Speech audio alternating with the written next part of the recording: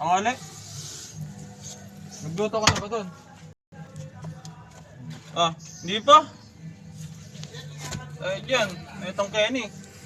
Nagutom ako parang. Hmm? Nagutom na ako. Gutom ka na? Sabi ko, kain tayo eh. Manga ka muna. Yun o. Okay lang, magbareta ako dito. Hindi ka na istorbo.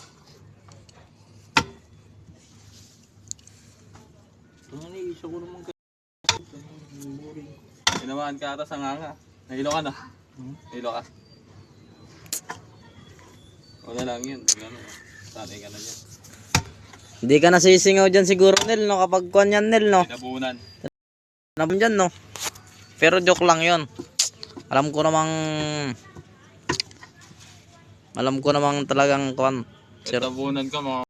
Oo. Mag-vlog tayo mamaya. Mag-vlog tayo. Magbablog tayo, Ronel. Kailangan pag in-interview ka namin, Bago pa na.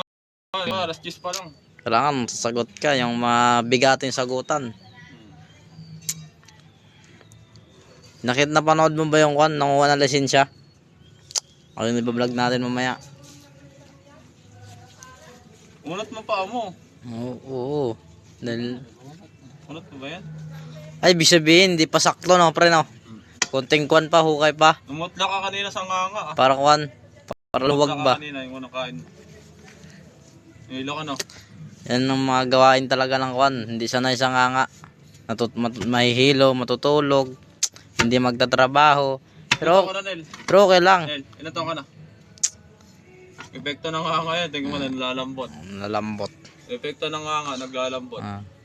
Nalambot. Ayun yung nganga oh. Ito yung nganga natin. Yan. Oh. Ayun Tulog ka yung- muna, pang break time pa.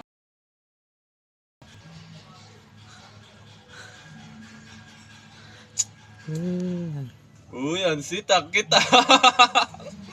Ang cute matulog ah. Kaya magulo. Kaya magulo. Magulo. Tulog eh. Tabunan mo na pre ng lupa pre. Kalaban Ronel. Kalaban si Sir. Ayun oh.